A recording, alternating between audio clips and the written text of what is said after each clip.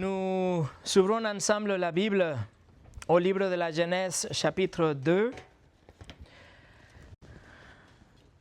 Nous ouvrons ensemble la parole de Dieu au livre de la Genèse, chapitre 2. Et nous sommes enfin au chapitre 2 de la Genèse. Après avoir étudié chacun des livres de la création, de sorte que Dieu a inspiré tout ça pour que nous ne restons pas dans le doute quant à nos origines, mais que nous sachions vraiment quel était le commencement, que nous ne soyons pas influencés par ce que découvre soi-disant la science la prochaine fois. Chaque découverte, entre guillemets, scientifique qui tentera de discréditer les récits bibliques de la création. Nous savons qu'ils ont fait ça déjà à plusieurs reprises. Ils essayent de faire ça. Par exemple, l'homme de Piltdown.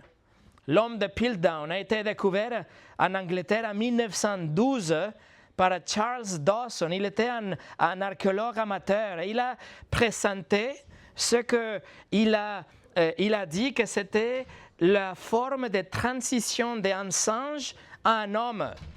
Et donc, il a présenté un crâne humain avec une mâchoire d'orang-outan. Mais c'est lui qui a fait, il a soigneusement modifié ça pour présenter ça au monde scientifique et qu'il dit que finalement, ils avaient découvert la forme de transition entre un singe et un homme. Mais ça, cette montage était restée inaperçue pendant 41 ans. Pendant 41 ans, la science a exploité ça comme la grande découverte. Voici l'évolution de l'homme. Mais en 1953, Kenneth Page a démasqué ça car il a analysé le crâne et la mâchoire avec de fluor et ils ont découvert que c'était faux, évidemment. En 1917, un fermier a découvert un dent dans sa ferme, un dent qu'il a trouvé qui était inhabituel au Nebraska. Il a remis cette dent au paléontologue de là-bas, aux États-Unis, et à partir de cette seule dent, les scientifiques, ils ont été enthousiasmés selon l'idée qu'il semblait être le fossile d'une forme de transition, un homme-singe. Et donc, ils ont pris cette dent, ils ont reconstitué d'une façon très imaginative et ils ont réalisé un dessin d'un homme, une créature poilue qu'ils ont appelé l'homme de Nebraska, semblable à un singe, mais doté d'une mâchoire prominente pour dire voici la pièce de puzzle, la forme de transition. Mais évidemment, après une analyse plus approfondie, ils ont découvert que cette dent appartenait à un cochon. Cependant, vous voyez ce que la science nous dit. Il existe de nombreux autres exemples qui cherchent d'une façon désespérée à discréditer le récit biblique et d'ignorer ce que Dieu a fait, de nous dire que Dieu n'a pas créé l'homme dans son image, mais qu'il était évolué à partir d'un singe. Et s'il réussit à nous convaincre de ça, alors il peut nous convaincre de tout. Ils vont redéfinir le mariage, ils vont redéfinir la sexualité et la famille et l'éducation. Et en fin de compte, ils vont effacer complètement ce qu'est la différence entre la réalité et la fiction, entre ce qui est objectif et ce qui est subjectif. C'est ce que nous ne devons pas permettre. On doit avoir des convictions qui sont ancrées dans la parole de Dieu. Et donc la dernière fois, nous avons vu déjà le premier mariage, défini, institué par Dieu, et on a vu aussi la mission de ce premier couple qui était de peupler la terre et d'exercer la domination en tant qu'un intendant de Dieu, de quelqu'un qui va exploiter la création au nom de Dieu. Et Dieu a donné aussi la toute première provision que c'était la nourriture. Voilà, Dieu a ordonné aux hommes et à toutes les créatures qu'ils se nourrissent à partir de plantes. Les plantes étaient la source d'énergie parfaite et suffisante à l'époque, mais ce qui implique aussi que l'homme devait déjà travailler. Dans la création parfaite de Dieu, l'homme devait travailler pour pouvoir planter, pour pouvoir nourrir les animaux, pour pouvoir développer des techniques, des technologies aussi, pour pouvoir travailler la terre. C'était un monde parfait et il avait déjà le travail. Mais le monde parfait, il n'avait pas de lutte entre les espèces. Il n'y avait pas de lutte entre les animaux, pas de prédation, pas de lutte pour la survie, il n'y avait pas de cancer, il n'y avait pas de tumeur, il n'y avait pas de tumeur, il n'y avait pas de caries, il n'y avait rien de mauvais. Tout était vraiment bon et c'est ce que Dieu a déclaré, n'est-ce pas? Tout était très bon. Et c'est ainsi que s'acheva le 6e jour. C'est ce que nous avons vu la dernière fois. Le dernier jour, le 6e jour, ferme avec cette déclaration de Dieu que tout était très bon. Et donc aujourd'hui, nous allons commencer le 12e chapitre et nous allons voir que les 3 premiers versets correspondent au 7e jour de la création. Donc, comme j'ai dit, ça doit faire partie du chapitre 1, mais en tout cas, c'est le chapitre 2. 3 versets qui vont nous décrire le 7e jour et aussi quelque chose d'époustouflant. Le fait que Dieu s'est reposé le 7e jour. C'est ce que nous allons voir aujourd'hui ensemble. Mais avant de commencer, prions ensemble. Seigneur, nous voulons vraiment te honorer avec nos vies quotidiennes et avoir cette garde de conviction ancrée dans ta parole lorsque nous entendons tout ce type des attaques à la suffisance de ta parole et les gens qui essaient de redéfinir ce que tu as déjà appelé bon et vrai. Seigneur, je te prie encore une fois que la prédication de ta parole vienne nous faire grandir dans notre foi, mais aussi créer des convictions fermes et solides. Que n'importe dans quelle étape de notre vie nous soyons aujourd'hui, que ta parole vienne nous diriger dans le bon chemin. Que nous puissions avoir cette conviction de ce que tu as déjà dit comme la seule vérité et puis l'appliquer dans notre vie. S'il te plaît, Seigneur, bénis la prédication de ta parole alors. Au nom de Jésus. Amen. Le message aujourd'hui s'appelle « Dieu s'est reposé » et nous allons lire les chapitres 2, versets 1 au 3. Lisons ensemble Genèse chapitre 2, versets 1 au 3. Ainsi furent achevés les cieux et la terre et toute leur armée. Dieu acheva au 7e jour son œuvre qu'il avait faite et il se reposa au 7e jour de toute son œuvre qu'il avait faite. Dieu bénit le 7e jour et il le sanctifia parce qu'en 6 jours il se reposa de toute son œuvre qu'il avait créée en la faisant. Voilà le 7e jour de la création. Et comme vous pouvez voir, à partir de ces 3 premiers versets, c'est que c'est une journée très spéciale. Et rien qu'en lisant ces versets nous montre comment Moïse, qui écrit ça, il a vraiment souligné le fait qu'il s'agissait du 7e jour. 3 fois, vous voyez, le 7e jour, le 7e jour, le 7e jour. Le fait que Dieu a achevé son œuvre est répété 5 fois dans ces 3 versets. En fait, le fait qu'il a terminé toute son œuvre est mentionné 3 fois dans ces 3 versets. Le fait que Dieu s'est reposé est mentionné 2 fois dans ces 3 versets. Et pour toute la première fois, nous voyons le mot sanctifié. Dieu a sanctifié le 7e jour. C'est la première fois que nous le voyons dans les Écritures. Donc, juste en regardant la répétition et les structures de ces 3 versets, vous pouvez voir que c'est un jour vraiment spécial. C'est une journée particulière. Cela ressort même de la façon dont le texte est rédigé. Et les lecteurs, nous, en voyant tellement de répétitions et de termes, nous devons ralentir pour essayer de comprendre qu'est-ce que va se passer dans ces 3 versets, qu'est-ce que l'auteur est en train de nous dire dans ces 3 versets. Donc nous allons étudier notre texte à partir de 3 angles aujourd'hui, 3 verbes que vous voyez dans les 3 versets. Dieu acheva, Dieu se reposa et Dieu sanctifia. Ce sont les 3 choses qu'on voit aujourd'hui. Première chose, Dieu acheva. Regardez le verset 1. Ainsi furent achevés les cieux et la terre et toute leur armée.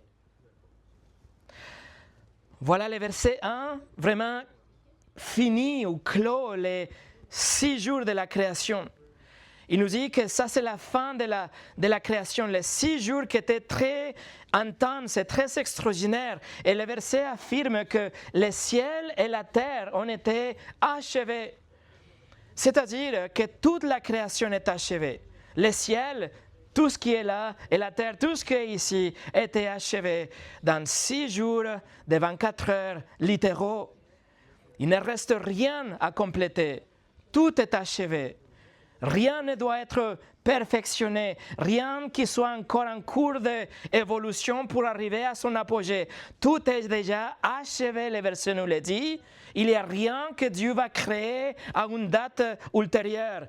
Toutes choses ont été achevées, menées à leur terme à ce moment-là, qu'on estime était il y a 6000, peut-être 7000 ans maximum. Rappelons-nous que Dieu a contemplé la création dans le chapitre 1, verset 31, et qu'il a dit que tout était très bon.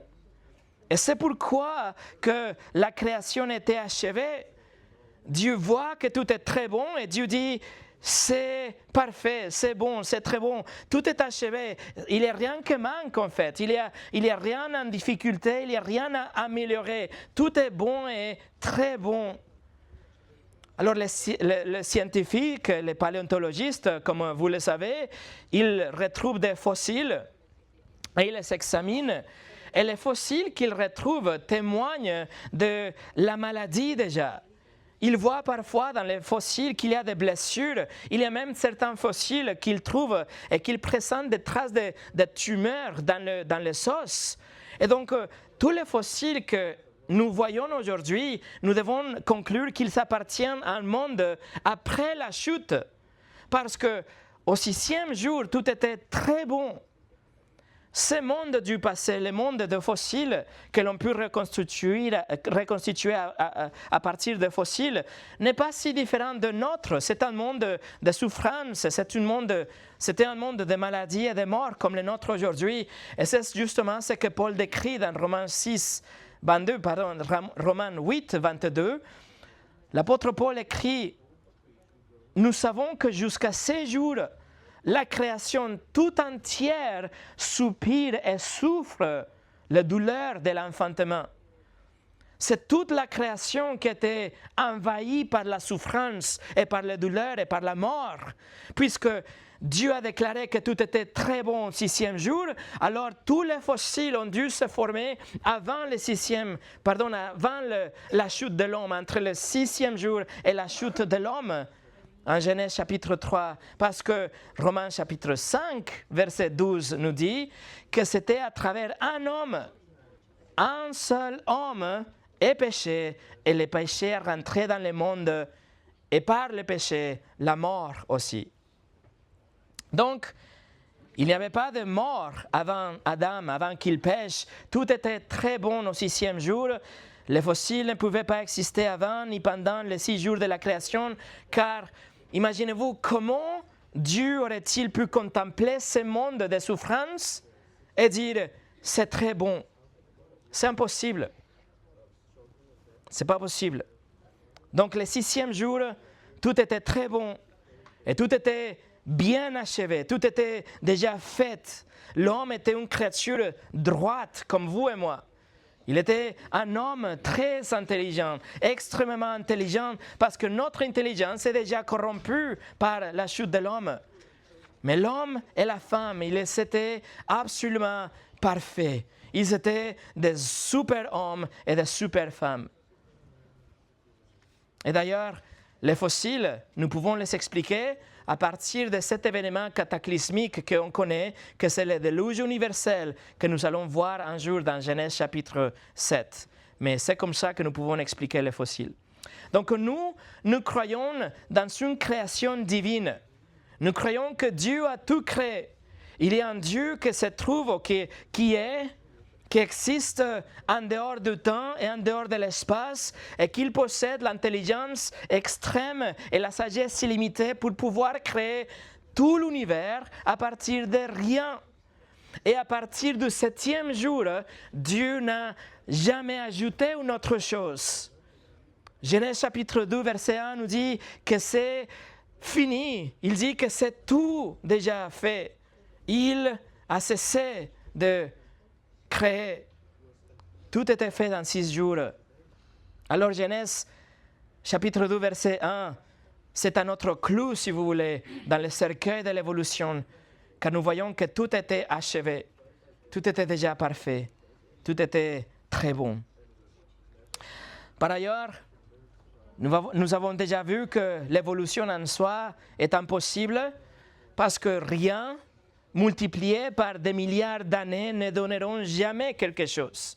Et ne donneront jamais lieu aux nuages, les oiseaux, et les poulpes, et les tyrannosaures, et les pommes, et les papillons, et les ornithorynques, les planètes, l'humanité. C'est impossible. Et aussi, nous savons que l'ADN de chaque personne et chaque créature, c'est une code génétique qui ne peut pas se reproduire à l'identique, c'est-à-dire qu'il n'y a rien de nouveau. Nous pouvons juste nous reproduire et avoir des multiplications, mais pas des changements dans notre ADN. S'il y a des changements, alors ce sont des anomalies, mais ce n'est pas une évolution. J'ai parlé cette semaine avec une sœur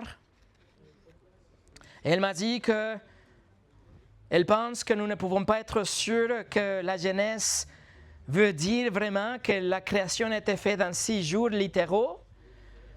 Mais si nous laissons la porte ouverte à ce type d'interprétation, alors nous ne pouvons pas faire confiance à aucun autre récit de la parole de Dieu.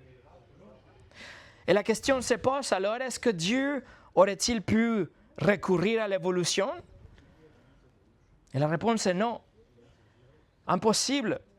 Car toute forme d'évolution est impossible, même ce qu'on appelle l'évolution théiste, selon laquelle Dieu aurait-il déclenché une évolution à partir des espèces à travers des millions d'années. C'est faux. La seule bonne réponse, la seule réponse biblique, mes amis, c'est qu'on voit dans le livre de la Genèse. Dieu a tout créé dans 6 jours et tout était achevé, parfait, complet. Il a tout créé dans 6 jours de 24 heures, point final. Et non seulement la création visible, mais regardez le verset 1, encore une fois, il nous dit « Ainsi furent achevés les cieux et la terre et toute leur armée. » Qu'est-ce que ça veut dire, toute leur armée? Cette armée peut faire référence aux étoiles, oui, mais c'est illogique parce que Moïse vient de dire que le ciel et la terre étaient complets déjà. Alors, le ciel, y compris les planètes, et les étoiles, et le soleil, et tout ça. Donc, c'est plus approprié d'interpréter les armées comme les anges. En fait, c'est une expression qu'on retrouve dans l'Ancien Testament, dans le premier livre de Rois, 1 Roi, chapitre 22, verset 19. Nous trouvons cette expression. J'ai vu l'Éternel assis sur son trône, et toute l'armée des cieux se tenant auprès de lui, à sa droite et à sa gauche. Alors l'armée des cieux est vraiment les myriades des anges qu'il a créés. Luc chapitre 2, verset 13 nous dit « Et soudain il s'est joigni à l'ange une multitude de l'armée céleste louant à Dieu. » Donc, quand vous voyez l'expression « l'armée des cieux », c'est vraiment des anges. Et il y a 250 fois dans l'Ancien Testament qu'on retrouve le nom de Dieu comme Yahvé Tsabaoth, que ça veut dire le Seigneur des armées, le commandant de toutes les armées des ciels, des cieux. Les myriades, les milliers des anges, un nombre qui dépasse toute estimation. Chacun créé individuellement des puissants anges créés par Dieu pour son service et les bénéfices des croyants aussi. Tous ont été créés auparavant, avant le 7e jour de la création. Alors pensez-y, mes amis, c'est vraiment époustouflant. En 6 jours, le 100% du 100% a été créé. Et a été créé, achevé d'une façon parfaite. Il ne lui manquait rien, pas le moindre trait final. Tout était parfait. Tout était déjà là. Henry Morris, il écrit, au moment de la création de l'homme, l'univers tout entier était une création magnifique et parfaite, la plus belle que l'esprit et le cœur de Dieu lui-même ait pu concevoir pour l'homme. Donc Dieu acheva. Numéro 2, Dieu se reposa. Regardez le verset 2. Genèse 2, verset 2. Dieu acheva au 7e jour son œuvre qu'il avait faite, et il se reposa au 7e jour de toute son œuvre qu'il avait faite. Alors le récit se poursuit et précise vraiment que nous parlons désormais du 7e jour. C'est juste un autre jour normal. Il y a 24 heures qui viennent s'enchaîner avec les autres 6 jours qu'on vient de voir aussi. C'est tout simplement le 7e jour. Mais regardez comment le verset répète que Dieu a fini son œuvre. Dans la deuxième partie de ce verset, il répète aussi que c'était le 7e jour. Et il nous dit que toute l'œuvre de Dieu était déjà accomplie. C'est vraiment souligné dans ce verset, vous voyez. Dieu acheva au 7e jour son œuvre qu'il avait faite.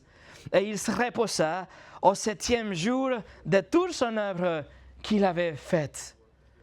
Vous voyez la répétition, c'est comme si le Saint-Esprit est en train de diriger l'auteur Moïse pour qu'il insiste et qu'il souligne que l'œuvre de Dieu était achevée, pour que nous sachions que tout était accompli, qu'il ne manquait rien, que tout était déjà accompli. La création était complétée à 100% et qu'il n'y a jamais eu et qu'il n'y aura jamais quelque chose d'autre créé par Dieu. Enfin, bien sûr, il y aura la nouvelle création, mais ça, c'est à part. L'œuvre de Dieu a été achevée en 6 jours. Et le verset nous dit alors que Dieu s'est reposé. L'hébreu derrière reposer, c'est le mot Shabbat. Le mot signifie s'arrêter ou se reposer. Mais dans ce cas, nous ne pouvons pas penser que Dieu s'est reposé comme si Dieu était fatigué. Nous ne pouvons pas penser que Dieu a pris un arrêt par lassitude, vous voyez. Écoutez ce que Ésaïe nous dit et qui établit même un lien avec la création. Ésaïe chapitre 40, verset 28.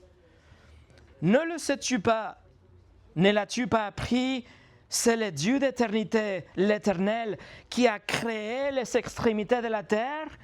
Il ne se fatigue point, il ne se lasse point.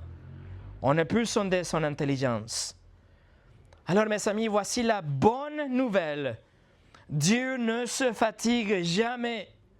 Son énergie ne s'épuise jamais. Sa puissance ne s'affaiblit pas dans la création ou la récréation. Sa force ne diminue pas lorsqu'il soutient la création chaque jour. Non, sa puissance est illimitée et il n'a pas besoin d'être renouvelé. Le psaume 121, verset 4 nous dit, « Voici, il ne sommeille ni ne dort. » Celui qui garde Israël.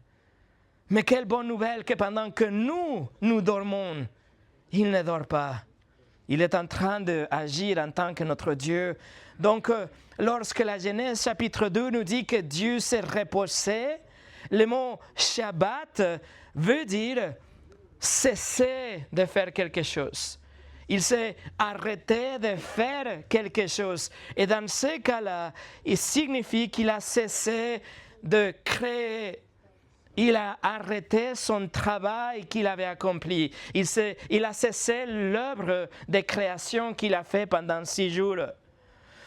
Dieu n'a pas cessé d'agir en tant que Dieu le 7e jour. Dieu a continué à gouverner le cosmos comme les autres 6 jours de la création. Il a régné à chaque coin de la création aussi. Et il continue aujourd'hui à créer les esprits de l'homme. Par exemple, il recrée les pécheurs lors de la nouvelle naissance. Mais Dieu a cessé de créer le 7e jour déjà. Il n'était pas fatigué. Il a tout simplement arrêté de créer.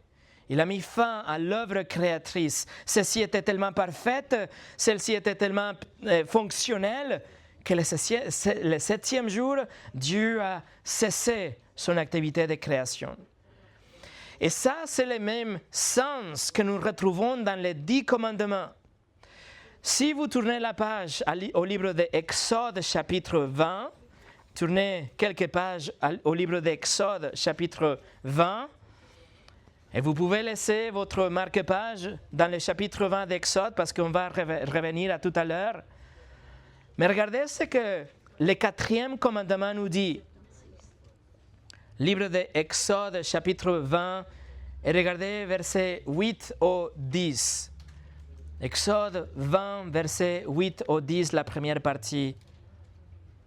Dieu dit, « Souviens-toi du jour du repos pour le sanctifier. Tu travailleras 6 jours et tu feras tout ton ouvrage. Mais le 7e jour est le jour du repos de l'Éternel, ton Dieu. Tu ne feras aucun ouvrage. » Alors Dieu a mis fin à son œuvre de la création, non parce qu'il avait besoin d'une pause, mais parce que tout était achevé. Et aussi, il y a un autre élément qu'on doit prendre en compte. Si vous tournez quelques pages maintenant au chapitre 31, Exode chapitre 31, regardez le verset 17. Exode chapitre 31, verset 17. Dieu dit, « Ce sera entre moi et les enfants d'Israël un signe qui devra durer à perpétuité. Car en 6 jours l'Éternel a fait les cieux et la terre, et le 7e jour il a cessé son œuvre et il s'est reposé. » Moïse nous écrit, il écrit ici que Dieu a cessé et il dit après qu'il s'est reposé, vous voyez.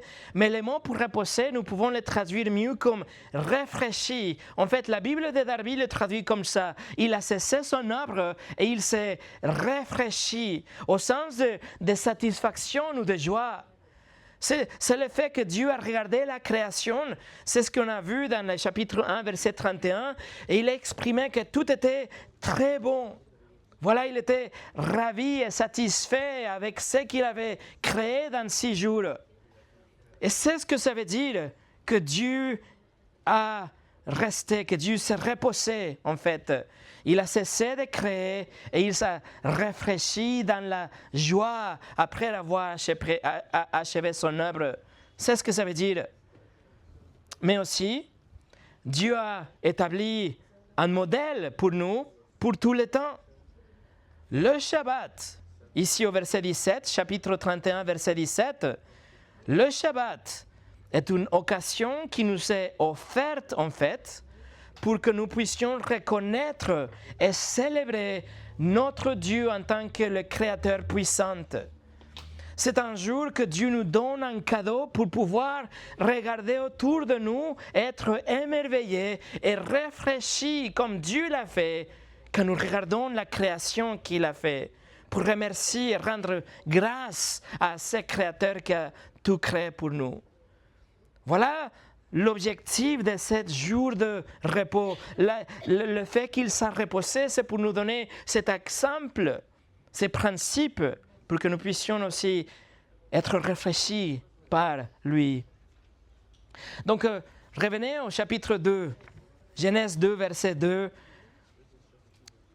Dieu acheva au 7e jour son œuvre qu'il avait faite, et il se reposa au 7e jour de toute son œuvre qu'il avait faite. Pourquoi la semaine comme telle de 7 jours? Vous vous êtes posé jamais la question. Pourquoi nous avons 7 jours dans la semaine? réponse à cause de la Genèse. Il n'y a pas une autre réponse en fait. D'un point de vue mathématique et même pratique, il n'y a aucune raison pour qu'une semaine compte de 7 jours. En fait, nous avons 365 jours dans l'année et 365 n'est pas divisible par 7. Nos semaines ne cadrent même pas avec nos mois. Il y a 30 ou 31 jours dans le mois et 30 et 31 ne peuvent pas être divisés par 7 non plus. Donc il n'y a pas vraiment une raison mathématique derrière. 4 semaines de 7 jours ne font pas un mois. 5 semaines de 7 jours ne font pas un mois non plus. Et après, nous avons le mois de février qu'on doit ajuster pour pouvoir compenser pour le reste.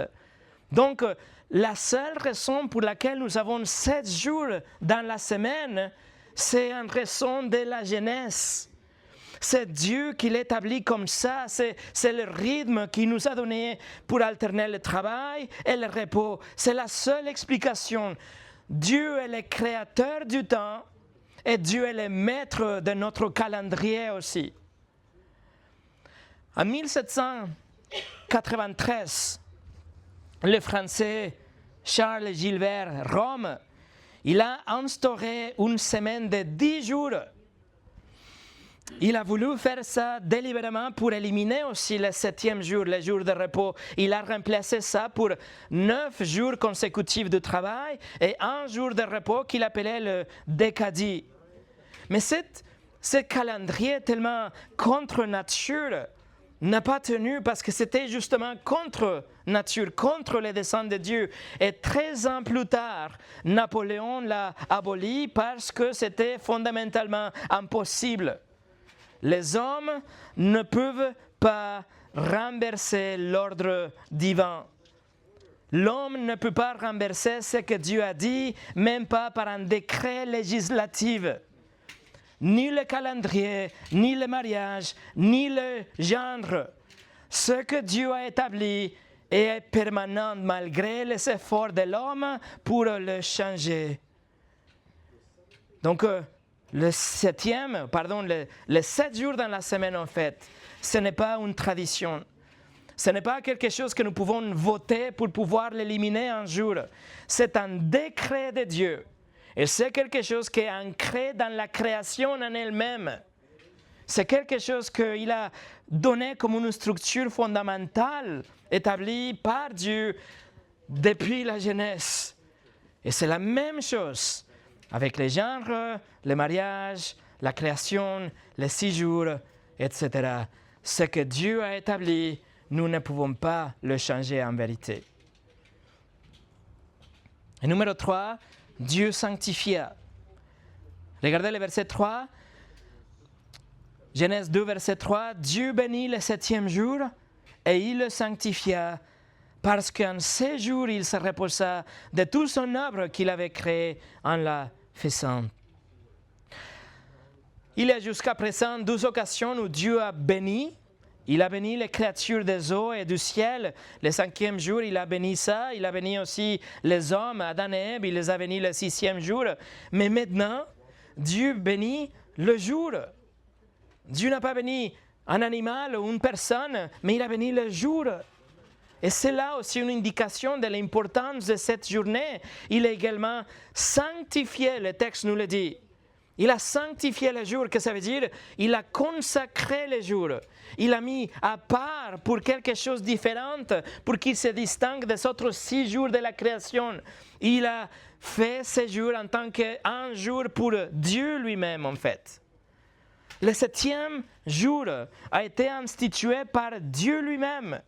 Et c'est un rappel afin que semaine après semaine, l'univers entier se souvienne que tout a été créé par Dieu dans 6 jours et le 7e, il s'est reposé.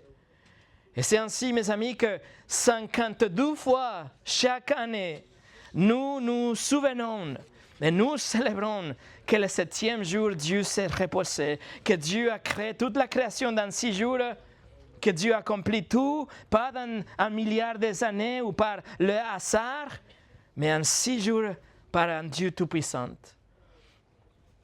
Alors ce texte dans la Genèse ne constitue pas l'instauration de la loi du Shabbat, mais il en est un antécédent.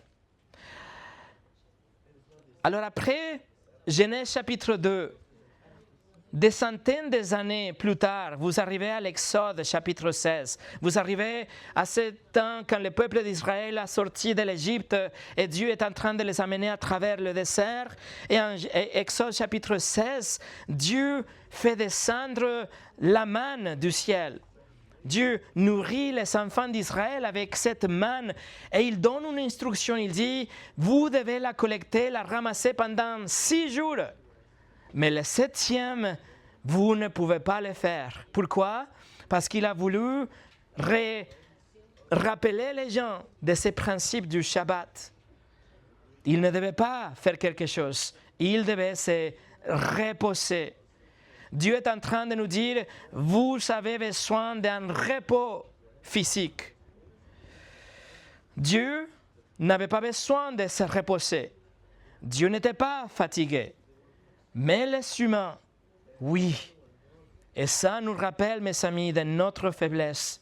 Et cela nous rappelle de ces grands écarts qui nous séparent de notre Dieu. Mes amis, le repos nous rappelle que nous ne sommes pas Dieu. Le repos nous rappelle que nous n'avons pas cette puissance infinie, mais qu'il faut se reposer.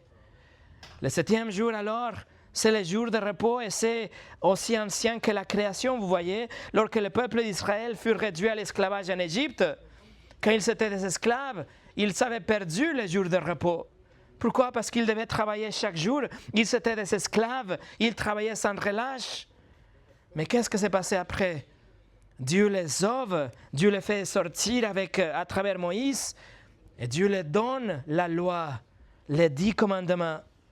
Et le 4e commandement que nous avons lu il y a quelques moments, si vous voulez vous tourner, Exode chapitre 20, versets 8 au 10, le 4e commandement nous dit, souviens-toi du jour de repos. C'est-à-dire qu'il le connaissait déjà. C'est-à-dire qu'il s'avait servi de 7 jours de repos pour se reposer, pour admirer la création de Dieu, pour se réjouir de la création, mais il avait complètement perdu quand il était dans l'esclavage. Mais maintenant, Dieu dit, souviens-tu du jour de repos pour le sanctifier. Tu travailleras 6 jours et tu feras tout ton ouvrage.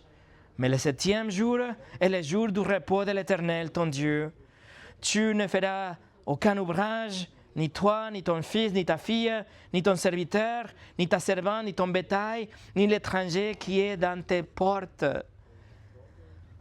Alors le peuple d'Israël, il n'était plus des enfants. Il pouvait désormais revenir à se reposer. Il pouvait revenir à ce qui a commencé même avec Adam et Ève. Par contre, il fallait leur rappeler, vous voyez.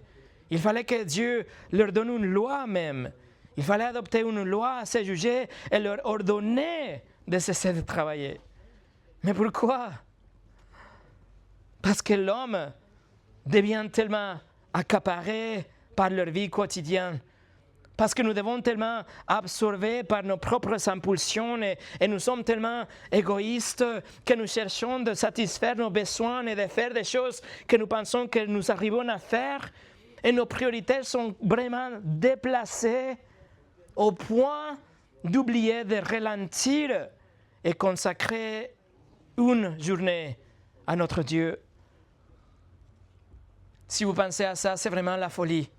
Si vous pensez à ça, c'est presque illogique que Dieu nous donne un commandement pour nous reposer. Mais c'est ce dont nous avons besoin, qu'il nous rappelle. Alors c'est la raison d'être de ces commandements. Si Dieu ne nous demande pas de nous arrêter, nous allons continuer.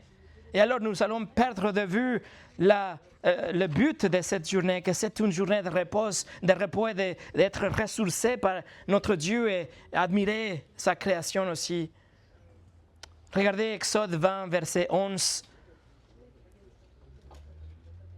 Car en 6 jours l'Éternel a fait les cieux, la terre et la mer, et tout ce qui est contenu, et il s'est reposé le 7e jour.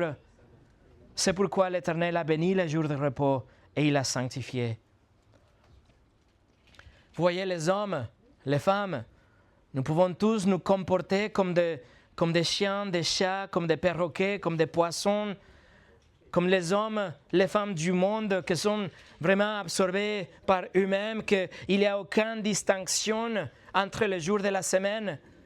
Nous ne pouvons pas, nous arrivons à confondre en fait. Tous les jours se ressemblent. Et en faisant ça, nous rendons en fait profanes les jours qui étaient tellement spéciaux dans la création, comme vous avez vu. Les jours que Dieu a consacrés pour lui-même et qu'il a même bénis. Alors la question à laquelle nous devons répondre est la suivante. Comment nous, en tant que chrétiens, comment est-ce que nous pouvons suivre le 4e commandement? Comment est-ce que nous pouvons être sûrs que nous prenons le jour de repos? Alors le 4e commandement nous dit tout simplement de sanctifier le jour.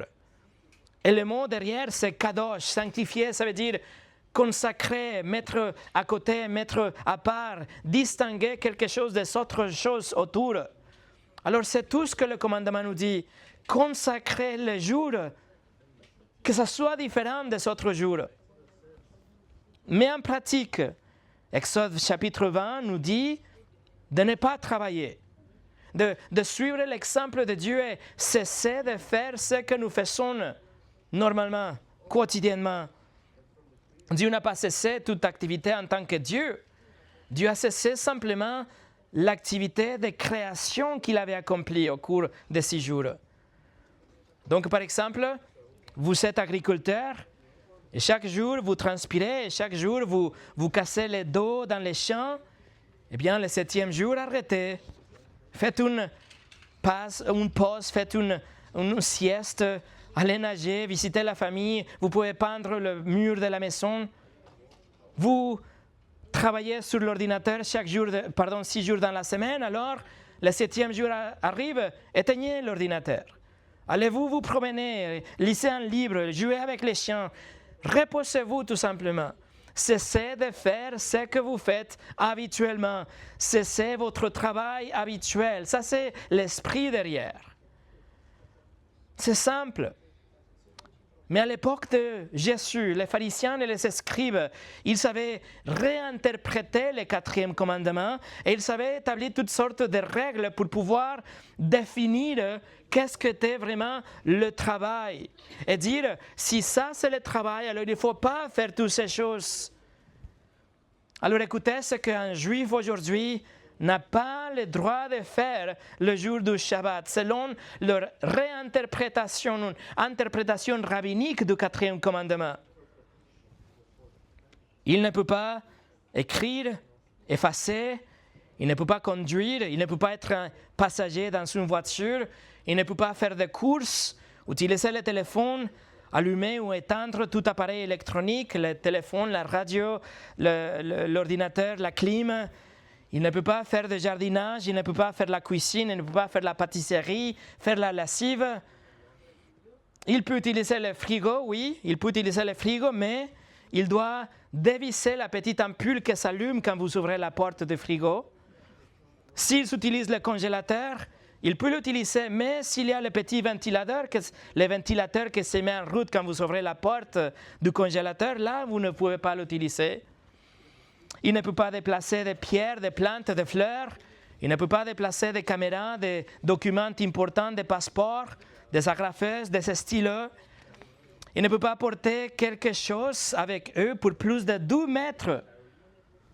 Quoi que ce soit dans leur poche ou dans leurs mains, il ne peut pas marcher avec quelque chose. Il ne peut pas pousser une poussette. Il ne peut pas marcher avec de la nourriture dans la bouche, ni mâcher des chewing-gum. Mais vous voyez, tout ça, ce n'est pas l'intention du Shabbat. Rien de ces choses est le véritable but du Shabbat. Ou bien, il existe des sectes aujourd'hui, comme les adventistes du 7e jour, qui placent les écrits de Ellen White au même rang que la Bible, et il affirme que pour être sauvé, vous ne devez rien faire le samedi. Mais ça, c'est en contradiction aussi avec la parole de Dieu. Colossiens chapitre 2, verset 16 nous dit « que personne ne vous juge au sujet du manger ou de boire, ou au sujet d'une fête, d'une nouvelle lune ou de Shabbat. Et aussi Romains chapitre 14, verset 5 nous dit, une personne fait une distinction entre les jours, tel autre les estime tous égaux, que chacun ait en son esprit une pleine conviction. C'est-à-dire que le jour n'est pas l'importance, ce n'est pas le but, le jour n'est pas la chose la plus importante, c'est l'esprit derrière votre jour de repos. Alors nous, en tant que chrétiens, respectons-nous le 4e commandement? Allez avec moi au Marc chapitre 2. Marc chapitre 2, c'est le texte qu'on a lu il y a quelques moments. Pendant que vous arrivez, pour le contexte, les pharisiens accusent Jésus et ses disciples parce que, alors qu'ils marchaient à travers les champs, ils ont cueilli quelques grains qu'on mangeait en route. Il s'agissait juste d'une petite quantité destinée à apaiser vraiment leur faim pendant leur voyage. Et Marc chapitre 2, verset 24 nous dit, les pharisiens lui dirent, « Voici pourquoi font-ils ce qui n'est pas permis pendant le Shabbat. » Selon les pharisiens, c'était interdit, vous voyez, ce n'était pas permis pendant le Shabbat, mais en fait, ça était explicitement permis par Dieu dans la loi de Moïse, Deutéronome 23, 26. C'était tout à fait permis et légal de traverser un champ et prendre quelques grains avec la main pour juste la faim que vous avez en route. Donc, Jésus leur donne une illustration en versets 25 et 26 par rapport à David qui a pris du pain, un pain qui était consacré au prêtre, mais par compassion, le prêtre dit que c'était une exception et il a donné ça à David. Et donc maintenant, regardez l'interprétation de cette illustration au verset 27, Marc chapitre 2, verset 27. Puis il leur dit, le Shabbat était fait pour l'homme et non l'homme pour le Shabbat, de sorte que le Fils de l'homme est maître même du Shabbat. Et en disant ça, Jésus affirme que le Shabbat était institué pour que l'homme se repose. Le dessein initial de Dieu pour celui-ci était que l'homme interrompe la routine hebdomadaire et qu'il se jouisse de la liberté dont il dispose et n'étant plus esclave en Égypte et qu'il se consacre à l'adoration de Dieu, au service de Dieu. Et ce sont ces choses, l'adoration et le service de Dieu et le fait de se nourrir de sa parole qui apportent de repos et de renouvellement à leur corps et à leur âme aussi. Et voilà l'importance du jour du repos. Et si vous dites, mais j'ai tellement de choses à faire, je ne peux pas me reposer, alors mes amis, il faut juste reconsidérer vos priorités, car Dieu dit que vous en avez besoin. Alors, repentez-vous et reposez-vous. Et on revient à Genèse chapitre 2 et regardez versets 2 et 3. Dieu acheva au 7e jour son œuvre qu'il avait faite et se reposa au 7e jour de toute son œuvre qu'il avait faite. Dieu bénit le 7e jour et il le sanctifia parce qu'en 6 jours, il se reposa de toute son œuvre qu'il avait créée en la faisant. Alors comment, encore une fois, ponctuellement, comment nous pouvons respecter le Shabbat? Réponse, tout comme Dieu. Il se reposait de toute l'œuvre qu'il avait accomplie. Il a béni le jour, il a mis à part le jour, il a sanctifié le jour. Donc, consacrez le jour au Seigneur. Mettez le jour à côté, mettez le jour à part.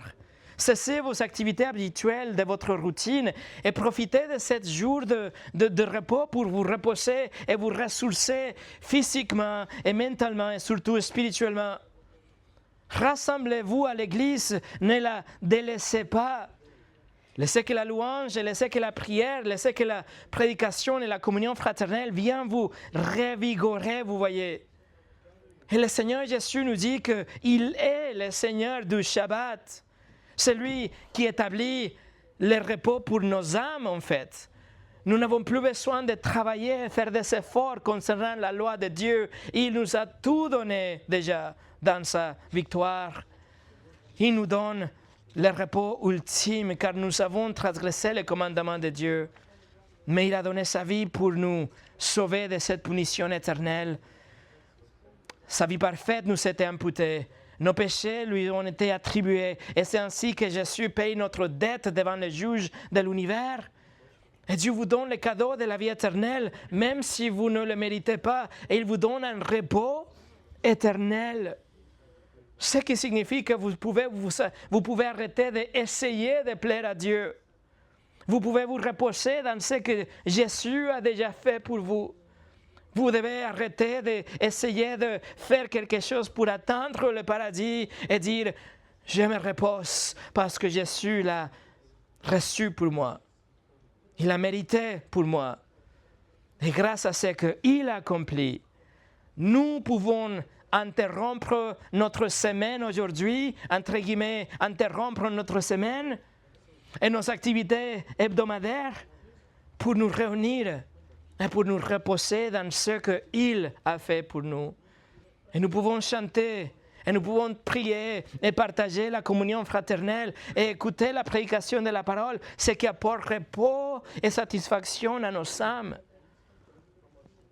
Et d'ailleurs, nous observons le repos, nous observons le 7e jour, pas parce que c'est une loi, mais parce que nous le faisons avec joie. C'est le premier jour de la semaine aujourd'hui que nous nous réunissons, pas le samedi, mais le dimanche, parce que c'était le jour de la résurrection de Jésus. Et c'est le premier jour de la semaine que la première Église se réunit aussi pour commémorer et célébrer le jour de Jésus, de la résurrection de Jésus. Écoutez ce que Spurgeon a dit. Le Shabbat du Juif est pour lui une corvée. Le jour du Seigneur du chrétien, le premier jour de la semaine, est pour lui une joie. Un jour de repos, de paix, d'action de grâce. Et si vous, chrétiens, parvenez à écarter sincèrement toutes les distractions afin de pouvoir véritablement vous reposer aujourd'hui, cela sera bénéfique pour votre corps, pour votre âme, sur le plan mental, spirituel, temporel et éternel. Et voilà, mes amis, pour finir, la création a été achevée. Et Dieu nous donne l'exemple de ce 7e jour où il a décidé de se reposer en signe de satisfaction et de joie. Et alors ma question est, est-ce que nous pouvons aussi nous reposer et contempler la création et le Créateur en suivant son exemple avec satisfaction et joie? Pas pour une contrainte, pas parce que nous devons suivre le commandement, mais parce que nous le faisons avec joie.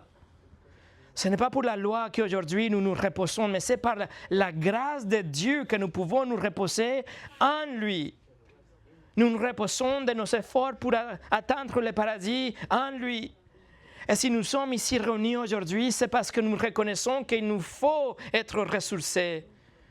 C'est par la grâce que nous sommes ici et que nous venons nous reposer en lui, mais aussi avec lui en tant qu'une Église.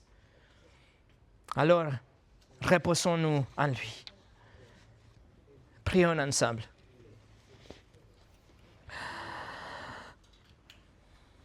Notre Père, nous sommes reconnaissants pour la création que nous pouvons contempler chaque jour et que la création témoigne de ce pouvoir infini et cette création, cette créativité infinie. Et c'est avec joie aussi, Seigneur, que nous voulons nous reposer, mais parfois, il y a tellement de choses que nous pensons que nous sommes comme toi, que nous n'avons pas besoin de nous reposer. Mais Seigneur, que cette étude, ces paroles aujourd'hui nous rappellent combien on a besoin de nous reposer, nous ressourcer, non seulement physiquement, mais aussi spirituellement. Nous prions pour nos frères et sœurs qu'ils ne sont pas ici maintenant à cause de leur travail. Seigneur, qu'ils trouvent vraiment la sagesse et l'opportunité et les besoins de ralentir et prendre cette journée tellement spéciale que tu nous as donnée. Nous te remercions pour la grâce d'avoir cet endroit et cette église et cette communauté que nous rappelle de cet amour que tu as pour nous, un amour désintéressé, un amour même sacrificiel. Seigneur, que ce soit dans cet esprit que nous puissions continuer ensemble en gardant ta parole comme notre conviction ultime. Au nom de Jésus. Amen.